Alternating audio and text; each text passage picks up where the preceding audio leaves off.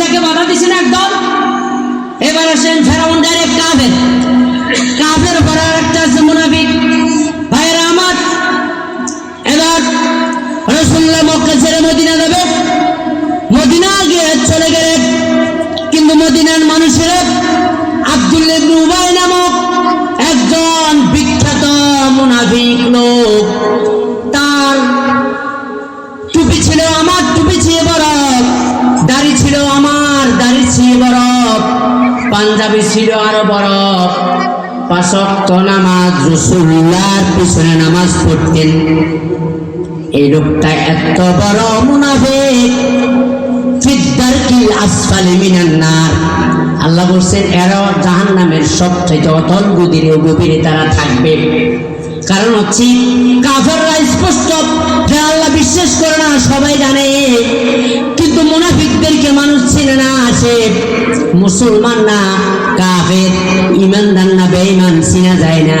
টুপি বড় দেখবেন, দাড়িও বড় দেখবেন, পাঞ্জাবিও বড়, কিন্তু ভিতরে ভিতরে ইসলামকে একেবারে খেয়ে খেয়ে, ইসলামকে অস্বীকার করতে করতে, ইসলামের ষড়যন্ত্র করতে করতে তার জীবন শেষ। এরকম মানুষ আছে না? শুধু নিজের স্বার্থ হাসিলের জন্য এই বেশভূষা ধরে না, আছে এরকম মানুষ। ভাইরা আমার, এরকম একজন মানুষের নাম হলো আব্দুল্লাহ ইবনে উবাই। রাসূলুল্লাহ মক্কা গেলেন, মদিনায় গেলেন। মদিনা যখন যাবে এর আগ মুহূর্তে মদিনার লোকেরা আব্দুল্লাহ ইবনে উবাইকে মদিনার লিডার, নেতা, মন্ত্রী, এমপি বানানোর জন্য তারা ভোট করলেন। সেখানে একটা ব্যবস্থা করলেন, আব্দুল্লাহ ইবনে উবাই বিশাল বড় ভোট পেয়ে অথবা মানুষের রায় পেয়ে বড় একজন লিডার হবেন। সে এলাকার মানুষ কিন্তু অধিকাংশ ইহুদি খ্রিস্টান। রাসূলুল্লাহ যাবেন, আস্তে আস্তে ইসলাম গ্রহণ করবেন। কিছু মানুষ ইসলাম গ্রহণ করেছে গোপনে গোপনে। আব্দুল্লাহ ইবনে উবাই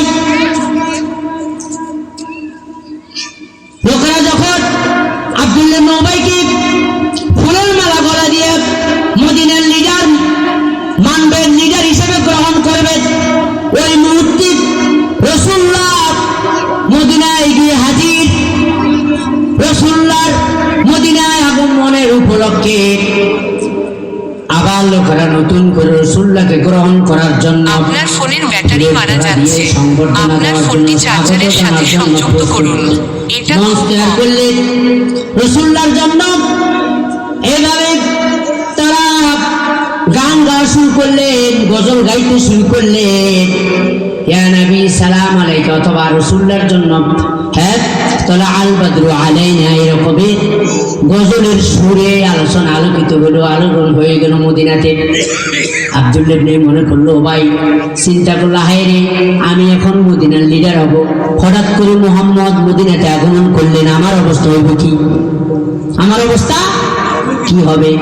কিছু করার নাই, পরিবেশ এখন আর আব্দুল্লাহ ইবনে উবাইয়ের হাতে নাই, পরিবেশ এখন মুহাম্মদের হাতে। কার হাতে? মানুষ এখন কোন দিকে মুখ ফিরতেছে? ইসলামের দিকে ফিরে গেছে। কিসের দিকে ফিরছে?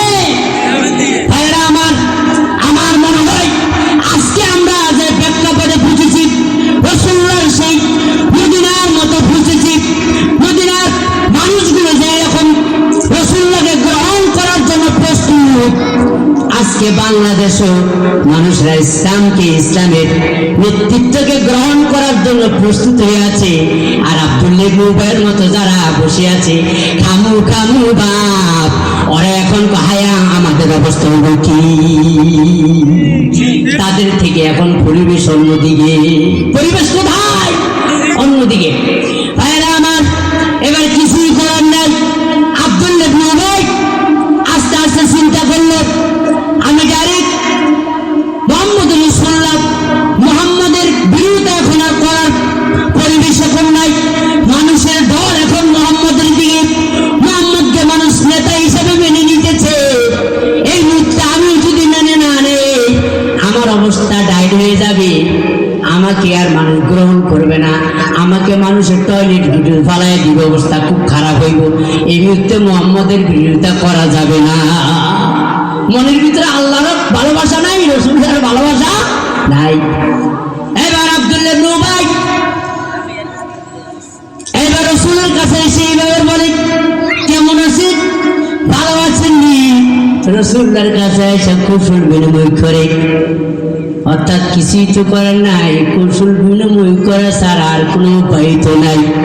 সমাজের মানুষ আর তার নেত মানে না, তার ফুলের মালাও নাই, সংবর্ধনও নাই। তখন রাসূলুল্লাহ খেলে মানুষের বন্ধু উড়াইতেছে। ভাইয়েরা আমার, এইভাবে আব্দুল্লাহ ইবনে উবাই রাসূলুল্লাহর সাথে যোগ দিলেন, রাসূলুল্লাহর দলে যোগ দিলেন, মুহাম্মদ সাল্লাল্লাহু আলাইহি ওয়াসাল্লামের দলে যোগ দিলেন, ইসলামের দলে যোগ দিলেন। যোগ দিয়ে চিন্তা করলেন, নেতা তো হতে পারলাম না রে মুহাম্মদ, কিন্তু মুহাম্মদ রে, মদিনাতে তোমাকে সফল হতে দেব না। মনে মনে বলে, কোথায়? মনে মনে বলে